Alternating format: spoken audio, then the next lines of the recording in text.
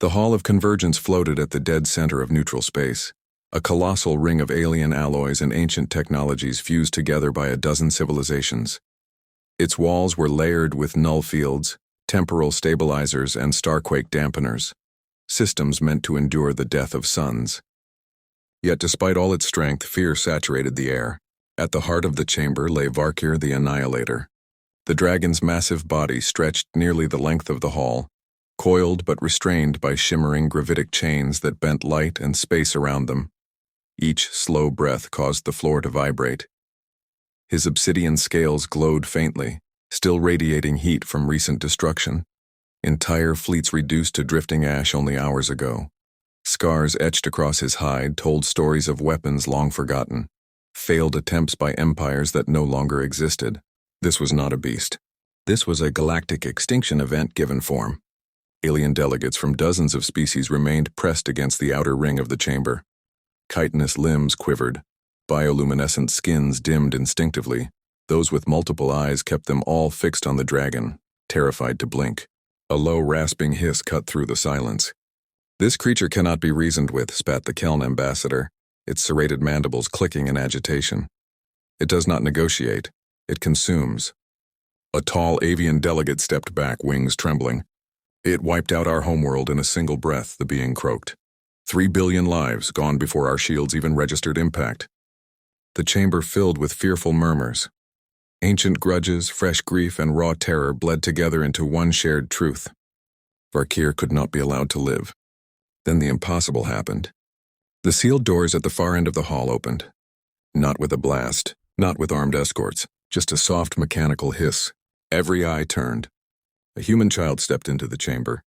He was impossibly small against the vastness of the hall, barely 6 years old, with messy hair and worn shoes that squeaked slightly against the polished floor.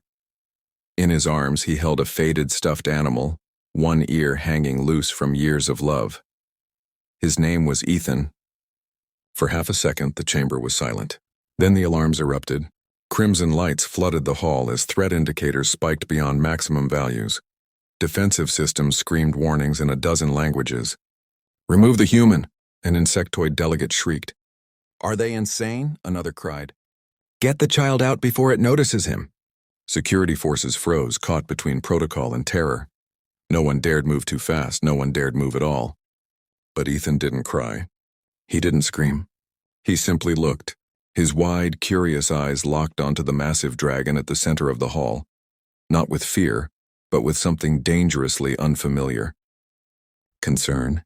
Without waiting for permission, Ethan took a step forward. Then another. Gasps rippled through the chamber as he crossed invisible safety boundaries, each step bringing him closer to certain death. That was when Varkir moved. The dragon's colossal head slowly lifted. Gravitic restraints groaned under the shift of his weight. Heat flared between his scales as two massive eyes opened fully. They burned like dying stars, ancient, cold, and infinitely lethal. The hall fell utterly silent. Even the alarms died, and in that stillness every being present understood one terrible truth. The deadliest creature in the galaxy had noticed the child. Varkir's head rose fully now, blotting out entire sections of the chamber lights. The ancient dragon's chest expanded, plates along his throat separating with a sound like grinding continents. Energy gathered there, dense, violent, absolute. Every sensor in the Hall of Convergence screamed the same warning. Extinction-level event imminent. Defensive systems powered up automatically, but the computers already knew the truth. No shield in existence could withstand what was forming inside the dragon's jaws. If Varkir exhaled, the station, and everyone inside it, would cease to exist in less than a heartbeat. Alien delegates froze where they stood. Some collapsed to the floor in terror. Others began praying to gods long thought dead. A few simply closed their eyes, unable to watch the end. Security commanders tried to shout evacuation orders, but their voices caught in their throats. There was nowhere to run. And yet impossibly the human child kept walking. Ethan stopped just inches from Varkir's massive snout. The dragon's breath washed over him, hot, metallic, and heavy with the scent of stars turned to ash. One careless movement, one twitch of a claw, and the child would be nothing more than a memory.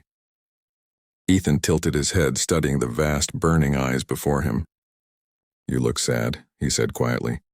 The words echoed through the chamber. Translators flickered wildly.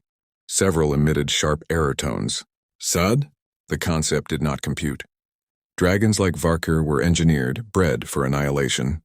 They were siege weapons given flesh. They felt hunger, rage, instinct. They did not feel sadness. A collective cry rose from the delegates as Ethan rose onto his toes. "No!" "Stop the child." "Look away."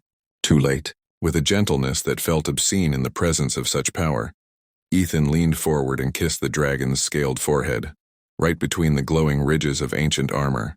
For one impossible moment, time stopped. The energy in Varkr's throat collapsed inward, vanishing as if it had never existed. The air pressure normalized.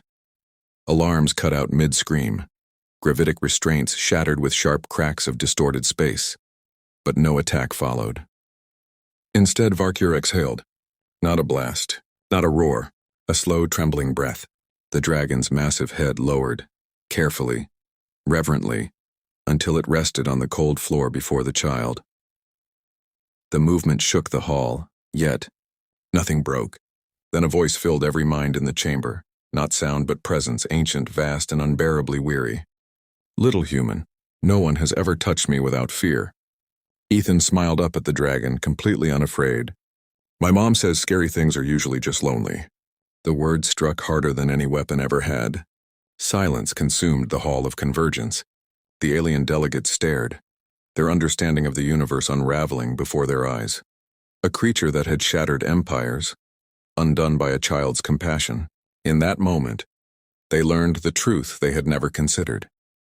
Humans did not conquer the galaxy with superior weapons. They did not dominate through technology or numbers. They conquered through connection, through empathy so powerful it could reach even monsters. And that realization terrified them more than Varkr ever had, because a species capable of taming the galaxy's deadliest dragon, with a single kiss, was the most dangerous force the universe would ever face.